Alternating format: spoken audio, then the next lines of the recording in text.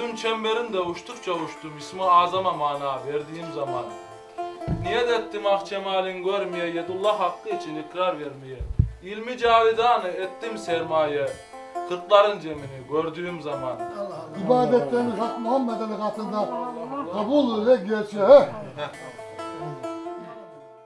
Oraya girenin eşi kendine eş olmuyor artık. Herkes birbirine kardeş. Öyle bir bakış açısı var.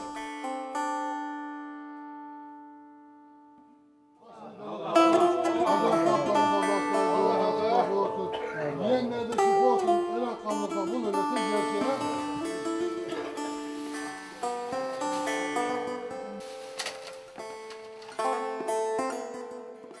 Kurban tığlandıktan sonra meydana bütün halinde geliyor. Bir tane keser. Kurbancı ocağa atar. Gürgür babanın hakkı olsun diye. Bir tane de keser cemevinin tavanına atar. Bu da gayip erenlerin hakkıdır. Yani hazır gayip erenler diye bir inanç vardır Anadolu Aleviliğinde. O onların hakkıdır. Ve o tavana yapışır, orada gördünüz. O tavanda o tavan onu çeker yavaş yavaş. Ve eriyerek kaybolur. O lokmanın gayip erenlere nasip olduğuna inanırlar. Cemevine getirilen lokmaların dağıtılmasının ardından deyişler ve nefesler aşıklar tarafından okunuyor. Tutar yüzünü Hak Muhammed Ali, gel aman yetiş, kabul eyle yaz def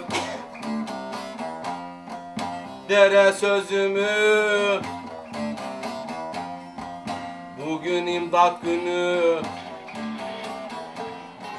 gel aman yetiş.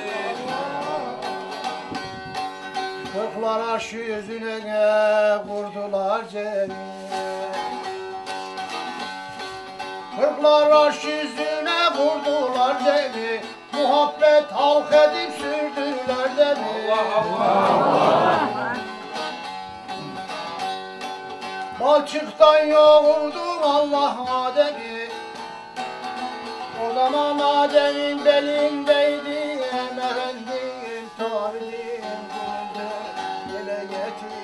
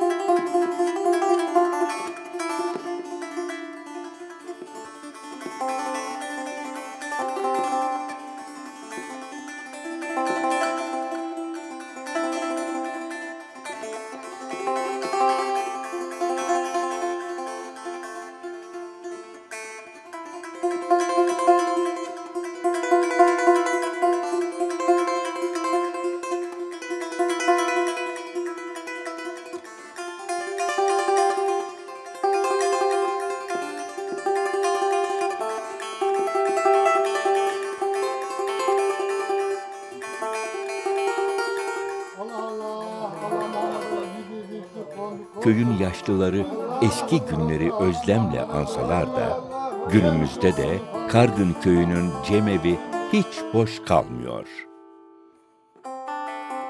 Balım Sultan muhabbetine katılan kalabalık bugün bunu bir kez daha ispatlıyor.